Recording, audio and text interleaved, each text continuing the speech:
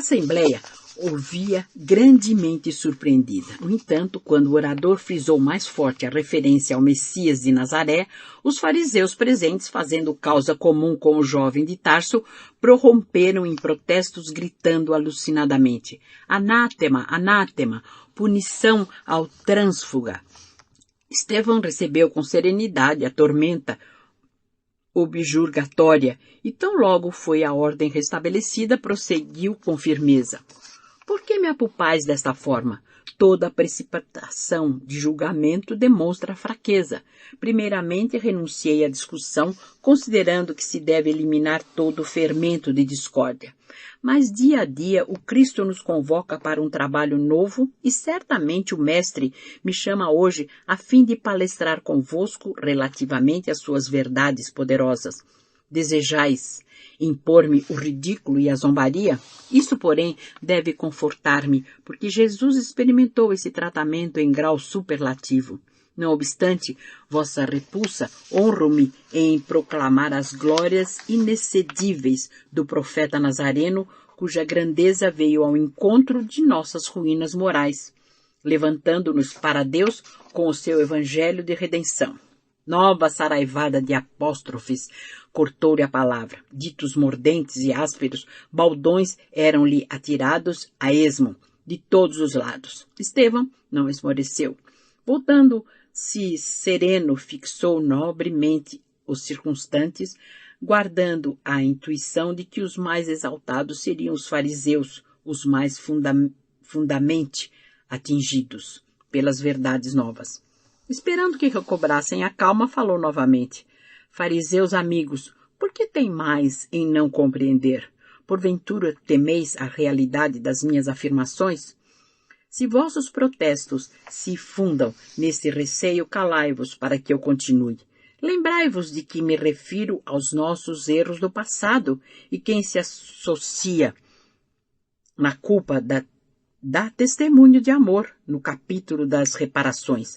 Apesar de nossas misérias, Deus nos ama e, reconhecendo eu a própria indigência, não poderia falar-vos senão como irmão. Entretanto, se expressais desespero e revolta, recordai que não poderemos fugir à realidade da nossa profunda insignificância. Lestes, acaso, as lições de Isaías? Importa considerar a exortação?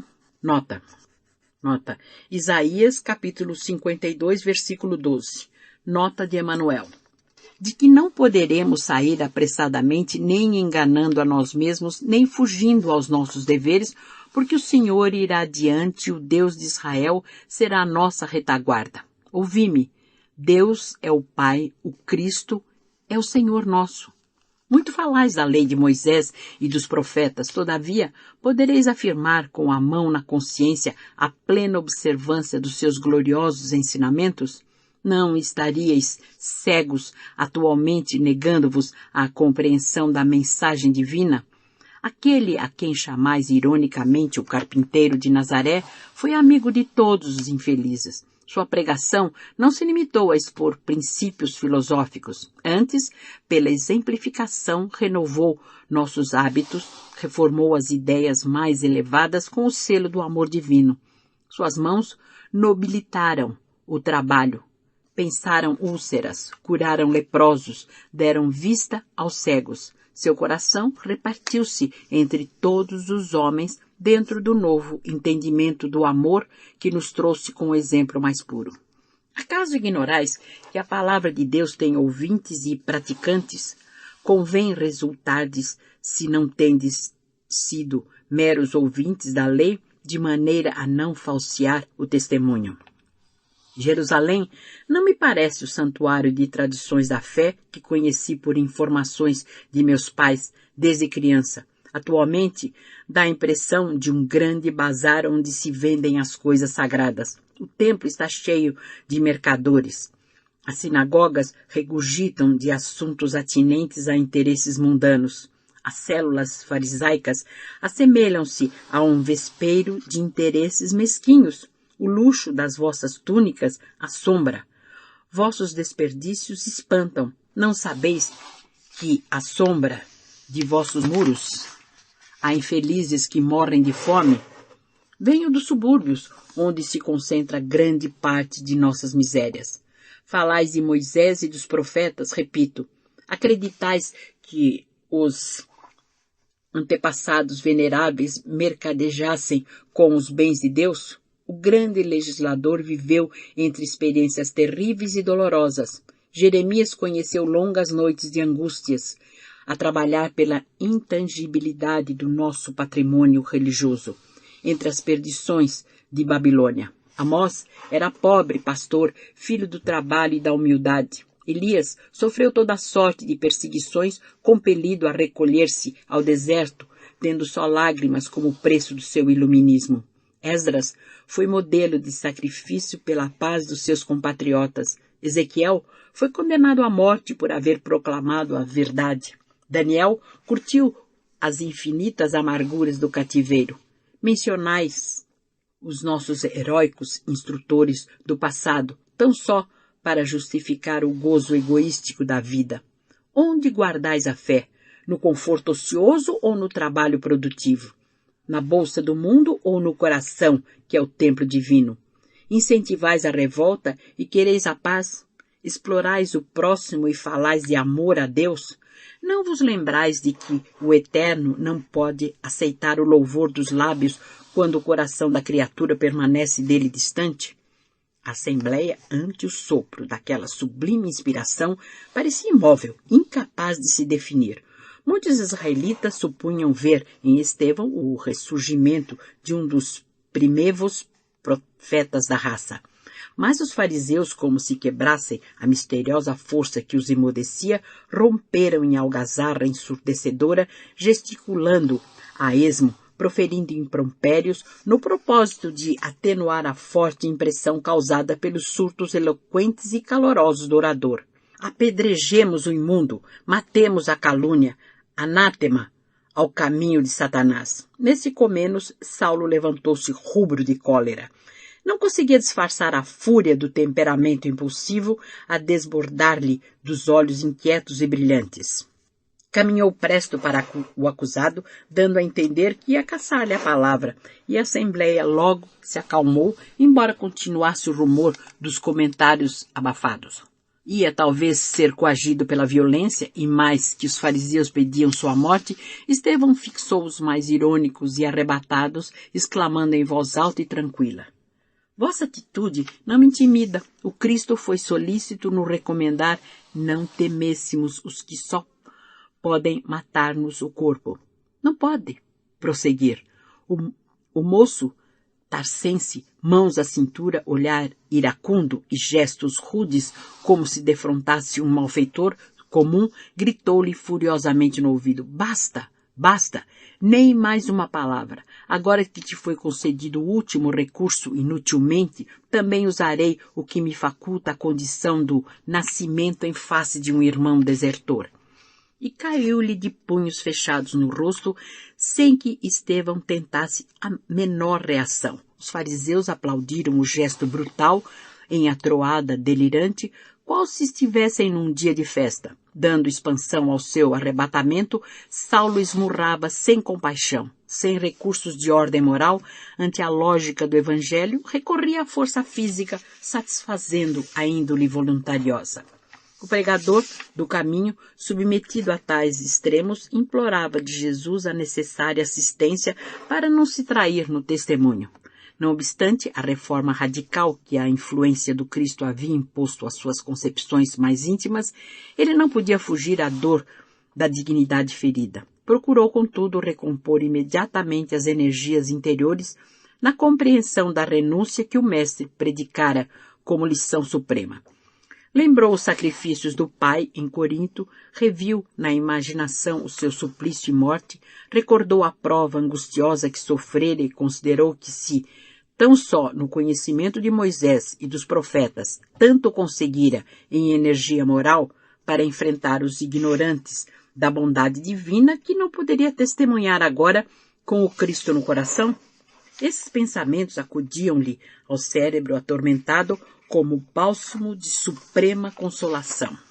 Entretanto, embora A fortaleza de ânimo que lhe marcava o caráter, viu-se que ele vertia copiosas lágrimas, quando lhe observou o pranto misturado com o sangue a jorrar da ferida que as punhadas lhe abriram em pleno rosto. Saulo de Tarso conteve-se saciado na sua imensa cólera. Não podia compreender a passividade com que o agredido recebera os bofetões da sua força enrijada nos exercícios do esporte. A serenidade de Estevão perturbou-o ainda mais. Sem dúvida, estava diante de uma energia ignorada. Esboçando um sorriso de zombaria, divertiu o altaneiro. Não reages, covarde. Tua escola é também a da indignidade? O pregador cristão, apesar dos olhos molhados, respondeu com firmeza. A paz difere da violência, tanto quanto a força do Cristo diverge da vossa. Verificando tamanha superioridade de concepção e pensamento, o doutor da lei não podia ocultar o despeito e a fúria que lhe transpareciam nos olhos chamejantes. Parecia no auge da irritação, a extravasar nos maiores despropósitos. Dir-se-ia haver chegado ao cúmulo de tolerância e resistência. Voltando-se para observar a aprovação dos seus partidários, que se contavam por maioria, dirigiu-se ao sumo sacerdote e impetrou uma sentença cruel. Tremia-lhe a voz pelo esforço.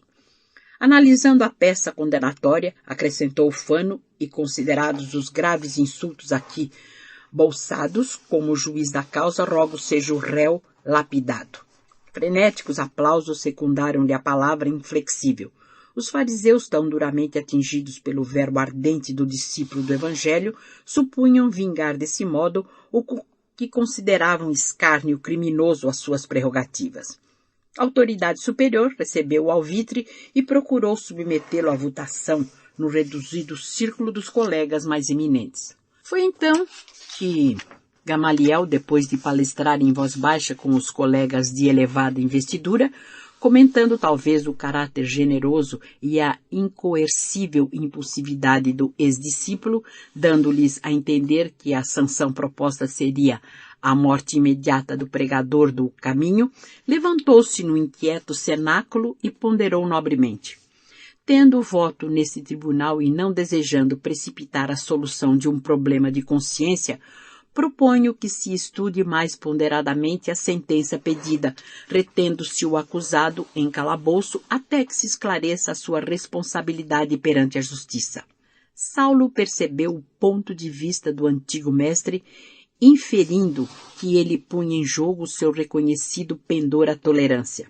Aquela advertência contrariava-lhe sobremaneira os propósitos resolutos, mas sabendo que não lhe poderia ultrapassar a autoridade veneranda, acentuou. Aceito a proposição na qualidade de juiz do feito. Entretanto, adiada a execução da pena, qual fora de desejar e tendo em vista o veneno destilado pelo verbo irreverente e ingrato do réu, espero que seja este algemado e recolhido imediatamente ao cárcere.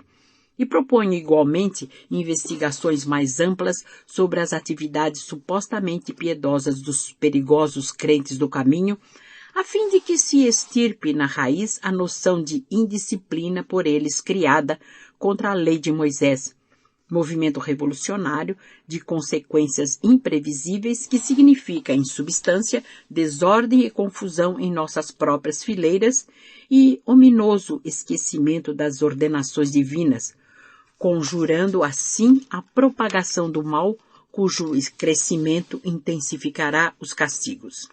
A nova proposta foi plenamente aprovada. Com a sua profunda experiência dos homens, Gamaliel compreendeu que era indispensável conceder alguma coisa. Ali mesmo, Saulo de Tarso foi autorizado pelo Sinédrio a iniciar as mais latas diligências em torno das atividades do caminho, com ordem de admoestar, corrigir e prender todos os descendentes de Israel dominados pelos sentimentos colhidos no Evangelho. Considerado desde aquela hora pelo regionalismo semita como repositório de veneno ideológico com que o ousado carpinteiro nazareno pretendia revolucionar a vida israelita, operando a dissolução dos seus elos mais legítimos.